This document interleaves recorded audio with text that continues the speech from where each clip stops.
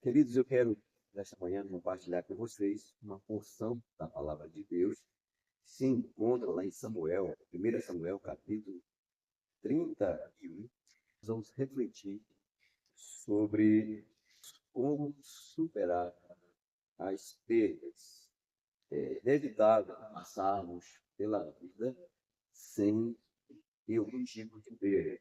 E todas as perdas pelas quais passamos também geram alguns conflitos em nossas vidas. Eu vou fazer a leitura do texto bíblico e depois nós vamos fazer uma pequena reflexão e no final nós vamos orar, pedindo a Deus que nos dê sabedoria e direção diante das adversidades que nos assolam.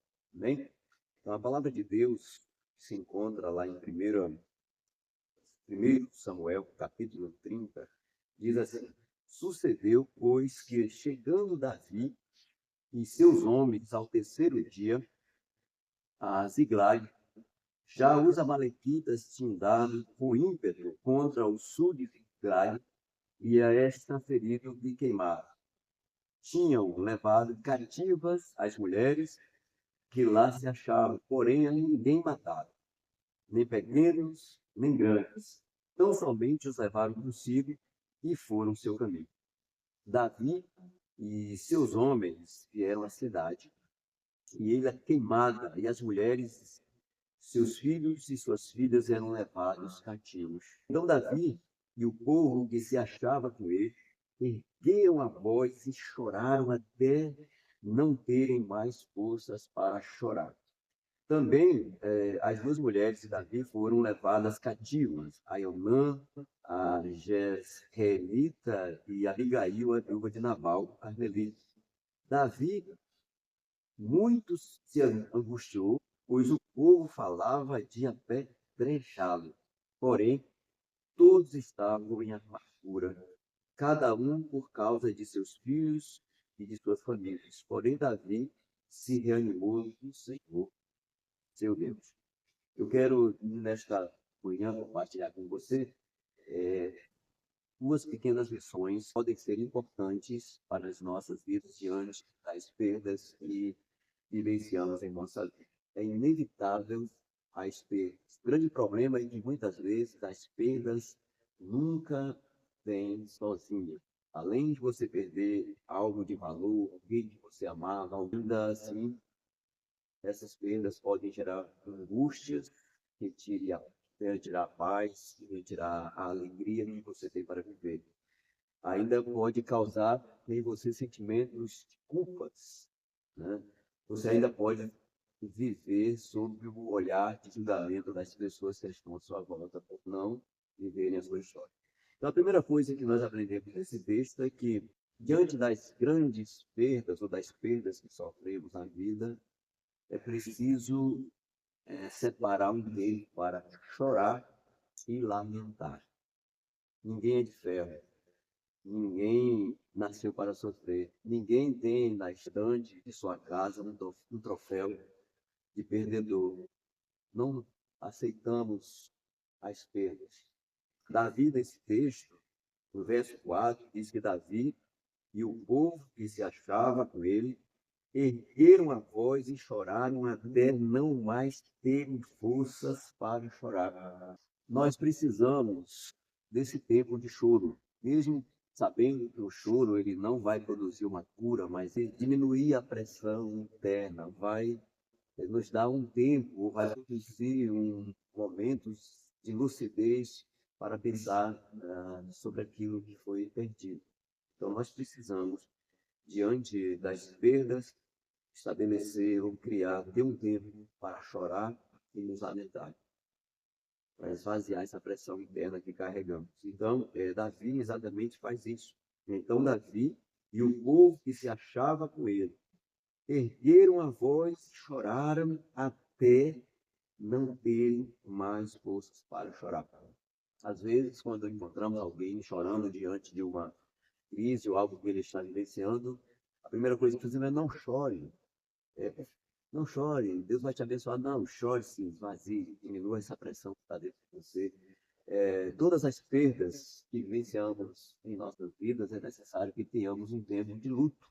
O que é um tempo de luto? É aquele tempo que você chora, que você lamenta, mas você precisa sepultar aquilo e caminhar para a vida. Então, caminhar para frente, caminhar, se erguer do chão, se erguer da cinza, se reconstruir. E é exatamente isso que Davi faz no segundo ponto.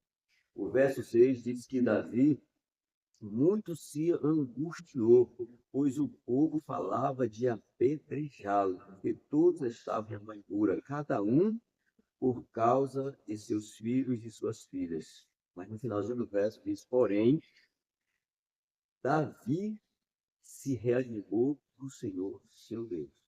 A gente ir mais um pouquinho na frente, no verso 7, diz assim, disse Davi a Abiatar, o sacerdote, filho de Aimeleque, traze-me aqui a estola sacerdotal. E Abiatar trouxe a Davi essa estola sacerdotal. O verso 8 diz, então consultou Davi ao Senhor, dizendo o que ele faria a partir daquele momento. Então, Davi se revestiu, né, daquela autoridade que é dada pelo Senhor. Então, se somos filhos de Deus, se já temos o Espírito Santo em nós, se já estamos mergulhados em Jesus Cristo de Nazaré, que vive e reina para todo sempre, então o Senhor, nosso Deus, vai nos reanimar para esse tempo de reconstrução, para esse tempo de refazer as nossas vidas, para esse tempo de refazer os nossos sentimentos. Claro que você não vai mudar o passado, mas você pode ter presente saudável, presente na presença do Senhor. O apóstolo Paulo, na carta aos Filipenses, capítulo 4, no verso 6, ele pede para que não permitamos que as preocupações, as adversidades desta vida nos roube a paz, mas que em todas as nossas orações possamos colocar diante de Deus tudo aquilo que nós necessitamos. Ele diz no verso 7 que a paz de Deus, que excede todo o entendimento humano, inundará as nossas mentes e corações. E no verso 19 de Filipenses 4, ele ainda diz o seguinte, que o nosso Deus, né, suprirá todas as nossas necessidades, de acordo com as gloriosas riquezas que Ele tem para nos oferecer por Cristo Jesus. Eu não sei qual foi a perda que você teve, quais os sentimentos que você carrega, mas uma coisa eu sei, o Senhor, nosso Deus, Pai eterno, pode lhe dar força para restaurar novamente a sua caminhada. E nessa manhã nós queremos orar por você. Não sei quando você vai ver esse vídeo, mas você pode sentir a presença de Deus. Você pode. A Bíblia revela que Ele está ao alcance de oração. A Bíblia diz que todas as orações serão ouvidas por Ele. Ela diz o seguinte, que todo aquele que clamar vai ser ouvido por Ele e terá a resposta que está buscando. Vamos orar nesta manhã. Amado Deus, Pai que está nos céus, diante do Senhor nesse momento eu me encontro e te peço que continue derramando das tuas bênçãos sobre as nossas vidas, Pai.